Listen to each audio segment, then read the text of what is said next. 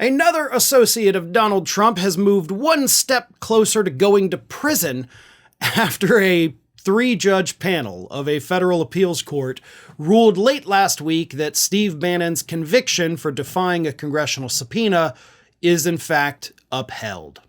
So, here's what happened.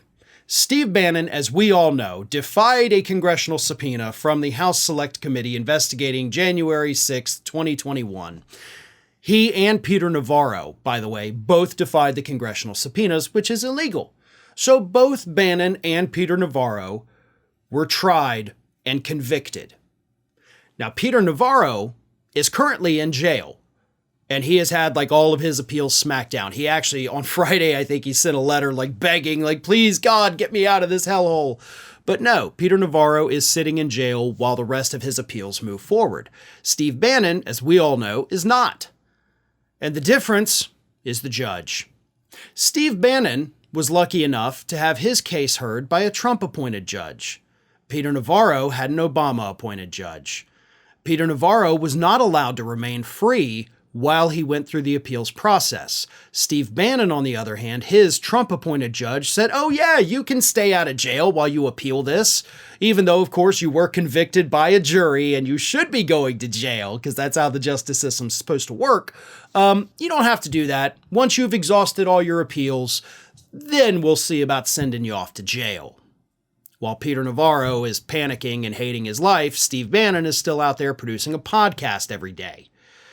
And now he's one step closer to possibly joining Peter behind bars, because that 3-judge panel of the appeals court said absolutely not. There is nothing wrong with this conviction. You have not convinced us that there were any improprieties in this trial. You lose. The conviction stands. But of course, that doesn't mean Bannon's going to jail right now, because the first judge's ruling stands. So now Bannon gets to appeal it to the entire appeals court panel, not just a 3-judge panel. So now we get to do that again. And perhaps after that, maybe he'll appeal it to the Supreme Court. Who knows? He will probably do whatever he can to prolong himself going to jail, which of course is not how the appellate process is supposed to work.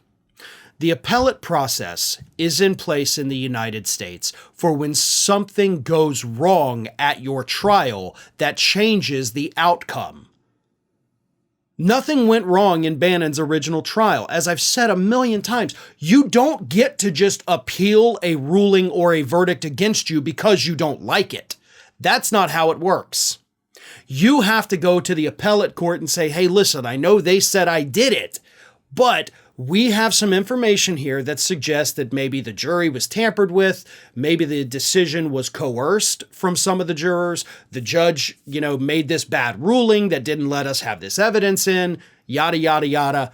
Those are the reasons we need this appeal. Bannon hasn't done any of that. So this appeal shouldn't have even been heard.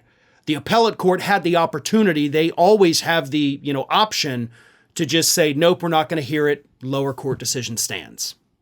But this is the way our justice system works today. They're coddling all of these Trump people who eventually have to face justice. And that's going to be no different for Bannon.